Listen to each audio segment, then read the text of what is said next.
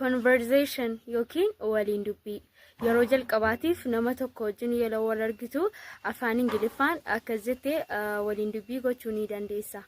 Hi, how are you? Akkam jirta? I'm fine, thanks. Nagaa galatoomi. What's your name? Maqaan kee eenyu? My name is Kenna. Maqaan koo Kennaadha. How old are you? Umuriin kee meeqa? I'm 25 years old. Umuriin koo 25dha. Where are you from? Eessaa dhufte?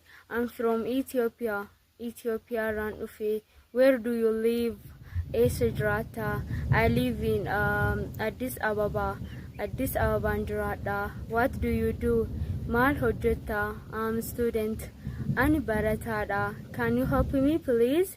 Maaloo na gargaaruu dandeessaa? Yes, of course. Eeyyeen sin gargaara. Galatoomaa akaawuntii kana hamma dandeessan koppii linkii godhaa. Bye.